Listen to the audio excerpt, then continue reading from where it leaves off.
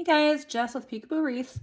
So if you've been tuning into our series on making this bee wreath, actually two of them, one without a sign, one with a sign, you have noticed that we made a bow that was supposed to go on the wreath that we have been working on. Well, things have changed. I'm switching it up a little bit. Life's all about pivoting, but I totally forgot that I had this ribbon. This ribbon is very high end. If you can tell that this bee is actually embroidered on to this white background, and it is just too gorgeous. So I didn't want to use this on the wreath that has the bow or has the sign, because it is so gorgeous. It deserves to shine all on its own. So as you see, like the back of it has this black and white plaid, and the front is this gorgeous embroidered bee ribbon. So this definitely needed to be used. This is calling for attention. It's calling to be the star, and that is what we are providing, a space for that. So here we go. So we're gonna dovetail the end like we have before. This is a 4-inch ribbon, and we're gonna do 2 loops on each side. So we're gonna straighten that out a little bit, stretch it out, make about an 8-inch tail. Remember, like just like before, you twist it so that the non-pattern side, although this ribbon has patterns on both sides, is facing up. We want to see those bees. They're so beautiful, and they definitely deserve to have the spotlight. So just like I said before, we twist it, flatten it out a little bit, bring it back up. You can use a ruler, or you can use a cutting mat like this that has the different lengths on it so that you can make the bows the same. We're going to do 1 loop up, 1 loop down so that you can see both sides. If you leave them just like this, then you wouldn't be able to tell that you had 2 loops there. This ribbon is so beautiful that you want to make sure you see every little centimeter of it. So we're going to do that. We're going down on this one.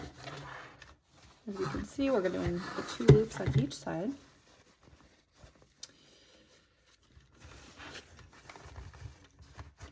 Go 1 up and 1 down. Since this is the tail, you can leave that with the design side facing up. I'm going to try to make the tails similar in length. Cut them across. We're going to dovetail that. I'm not sure if you guys saw, but I just did a live on my Facebook. If you're not following me over there, there's information in the description of this video, or you can just look me up, same name, over on Facebook as I am here, PeekabooWreaths. And I just did a live a moment ago showing how I took the florals and the little metal bees off of the wreath that was on her door that this is replacing. My sister has a regular door, not a storm door, and it gets direct sunlight. So even though I just made the other wreath last year, you can definitely tell the ribbons were faded. I mean, it could have worked. It was still looking good, but I just think she is my sister. She deserves the best. So let's get her a new wreath on that door. If she is willing to display my wreaths proudly, like all my family members do actually, she can definitely have a new one. So let's get that going for her. No faded ribbons around here. But as I was saying, it's kind of like an experiment too, because they sell a spray paint that you can put on your wreaths, and it's a clear, it's kind of like a sealant. And what it does is it's supposed to keep colors vibrant and protect the colors in the ribbon and the mesh from fading in the sun. So I've always been nervous to spray it on my wreaths because it would be extremely disappointing to make a wreath, put all the time in. As you guys see, it takes 3 to 4 hours at least to make a wreath. And it would stink if you put all that time in, sprayed it with spray paint, and it ruined the wreath, right? So I wouldn't want to do that. It would waste all the materials that you used. Okay, again, this is a 1.5 inch, and we're just making each loop a little bit smaller than the one before it. But anyways, this wreath that I'm making for her would be the perfect time to try out that spray paint and see if it works, because we'll be able to check it this time next year and see how the ribbon colors are holding up, how it's looking, if the spray paint does work.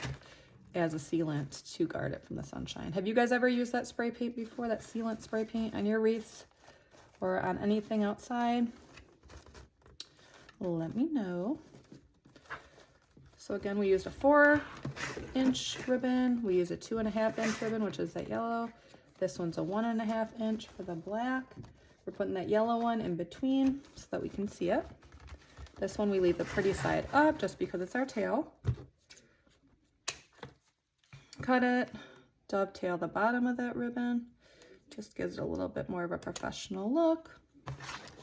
Set it aside. So this is how it's looking so far.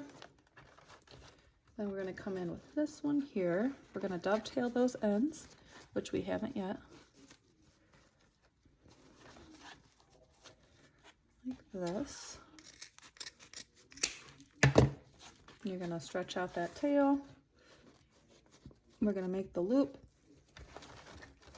And like I showed you guys before in my other bow, I normally make like a center bump to cover up that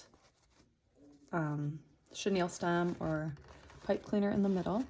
But this time I'm not going to do that. I might actually, I think my plan is to stick a flower in the middle to cover that up. So you can glue a flower right in the middle. And since this is a bee wreath, I thought that that might be a nice touch because bees can't get enough flowers to make that delicious honey that we all enjoy. So I think that might be a cute touch to do for this wreath. So we're doing our last loop here. We have our what's called a bow staff where you can see everything. Spread it all out, make sure our tails are looking good. We're going to take a pipe cleaner. Some people just fold it in the middle like this and they'll just put it straight down, but I don't feel like it leaves enough length here. So I just take the top part here and that's what I twist around my wreath. So I have like all this to add into the wreath. I should say twist around my bow. So we'll take our thumb and our pointer finger, lift it straight up, take that pipe cleaner, and we're gonna twist it tightly a few times around the back so that everything stays nice and secure. Some people use zip ties because if they maybe don't have that hand strength, it helps them to be able to get a tight bow. We're straightening out all the tails, get the yellow ones where it belongs, the black one, and then our adorable bee ribbon. We got these all straightened out. And then we're gonna put a flower right in the middle once I have this wreath on, or this bow on our wreath. There we go. It is ready to go. And I will see you in the next video. Don't forget to subscribe, give me a thumbs up, a like. I'll see you soon. Bye-bye.